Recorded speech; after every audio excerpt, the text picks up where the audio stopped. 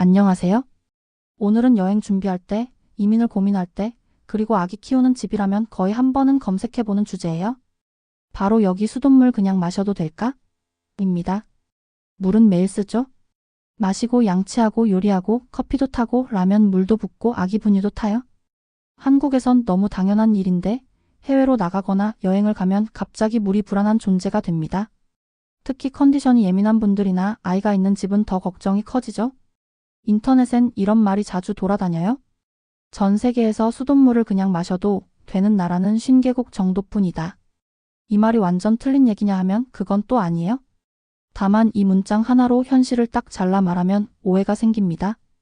왜냐면 물 안전은 국가 명만으로 결정되는 게 아니라 지역과 건물, 그리고 그날의 상황까지 다 합쳐져서 결정되거든요. 오늘 영상에서는 이렇게 정리해 볼게요. 첫째, 수돗물 마셔도 된다는 말의 진짜 뜻. 둘째, 왜 나라마다 차이가 크게 나는지. 셋째, 깨끗하다는 나라에서도 왜 예외가 생기는지. 넷째, 여행 육아 상황에서 현실적으로 어떻게 판단하면 좋은지.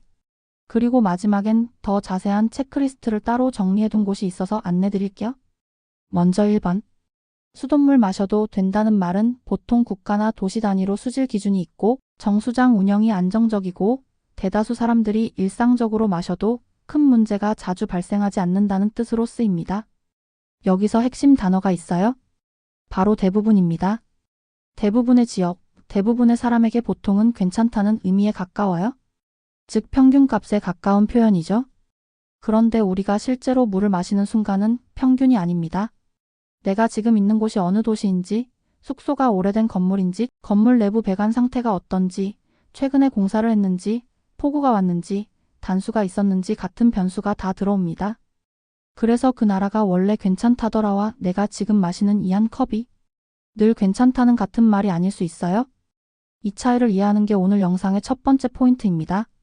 두 번째로 수돗물은 원래 깨끗한 물이라기보다 관리되는 시스템에 가깝습니다. 어떤 강이나 호수에서 물을 가져오든 결국 중요한 건 그 다음이에요. 정수시설을 제대로 만들고 소독 공정을 매일 안정적으로 운영하고 상수도관이 새거나 깨지지 않도록 유지 보수하고 정기적으로 수질 검사도 하고 문제가 생기면 빠르게 알리고 대체 공급도 해야 합니다. 이게 하루만 잘한다고 되는 일이 아니라 계속 유지돼야 그냥 마셔도 되는 물이 되죠. 세 번째로 많은 지역에서 수돗물을 바로 마시기 어려운 이유도 크게 두 갈래로 정리하면 이해가 쉬워요. 첫째는 미생물 위험입니다. 설사나 장염을 일으킬 수 있는 세균, 바이러스, 원충 같은 문제요. 둘째는 인프라 문제입니다. 정수장에서는 괜찮았어도 중간에 저장 탱크를 쓰거나 수도관이 낡아서 누수가 있거나 정전 단수로 소독 과정이 흔들리거나 하수와 섞일 가능성이 있는 환경이라면 중간 오염이 생길 수 있어요.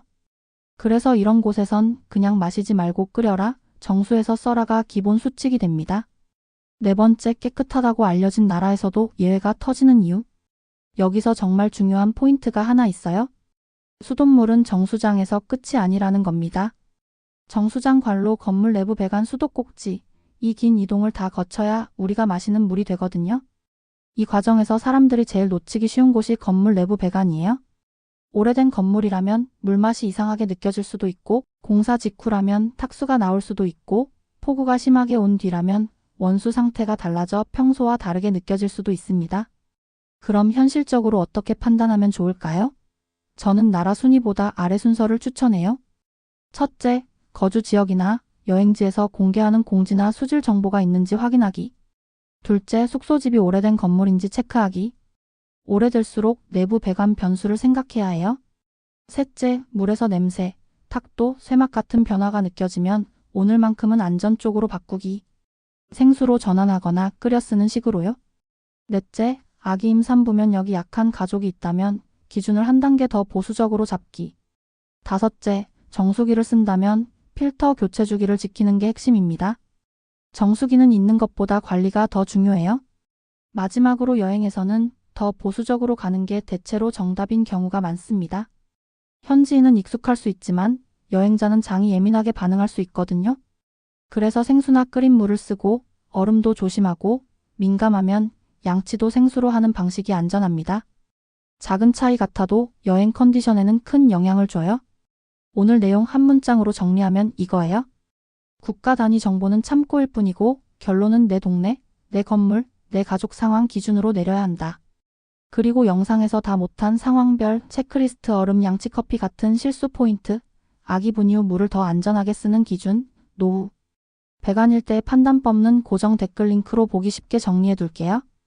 여행 가기 전이나 육아 중 물 때문에 고민될 때 저장해 두시면 정말 도움 될 거예요.